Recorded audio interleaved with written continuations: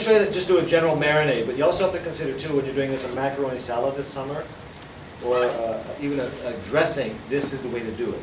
How many restaurants have you gone to, not just in Sudbury, but and you ask for a vinaigrette and you get a little thing of oil and vinegar separated, and you got to shake it and stir it right at your table. That's the pain. So I'm going to show you how to keep that as one, so you don't have to do that. But whatever I do here as far as marinades, it's the same technique for potato salad, like an oil vinegar based potato salad, or macaroni salad, or a bean salad.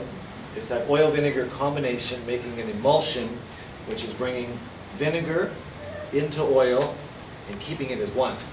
It's almost like the Exxon Valdez, but blending it all together, Yes, right? okay. So for every marinade, so we're going to do an oil vinegar marinade. And this again is for veggies, for chicken, for pork, for rabbit, for quail, for white game, that kind of thing, not for beef. But the technique is the same for beef. Okay. You must always have Dijon mustard. Does everybody always put that in their dressings? Even if you're doing a vinaigrette salad dressing, always Dijon. Always.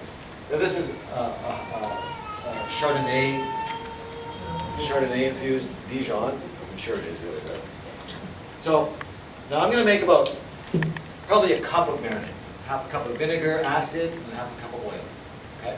So always a teaspoon of Dijon. Bigger batch, half, 3/4 of a teaspoon. Always a bit of Dijon. Okay? Don't argue why, just do it. Okay. Worcestershire works nice. I'm not going to use it today, but you can always splash some of this in. The reason why I don't use it all the time is because this is made with fish. So you got to be careful with this stuff because a lot of them have seafood allergies and so on. This is always nice to splash it out, right? Worcestershire. Okay. So I'm going to just throw in. So remember, I'm doing a cup of marinade. So I need a ratio that we have to consider is 50-50. So 1/4 cup or so of white balsamic. Okay, now I'm going to mix them.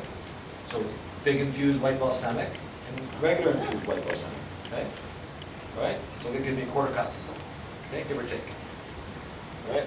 Well, here it is. Here's another white balsamic Ital pasta, another brand of white balsamic. Okay. Always some pepper, right? Always. Okay. A little bit of onion. Always a little bit of onion, right? Everybody? Sure. Okay, just like a little bit of onion for flavor. Okay. Now, dry herbs versus fresh herbs. It's up to you. Fresh. It's up to you. All you got to remember is that dry herbs, this is just a herb de Provence, which is just a nice generic classical French herb blend. Stronger than fresh. Very much stronger than fresh, like 3 to 4 to 5 times stronger than fresh. So just remember that. You're going to use fresh, you need a lot of them. You're going to use dry, you need a little bit of it. Always a little herb in there. I'm just going to put like half a teaspoon of herbs, because remember this is dry, okay?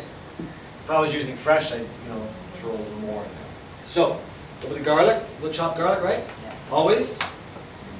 Okay, just half a teaspoon, a little bit of garlic, a little bit of sugar.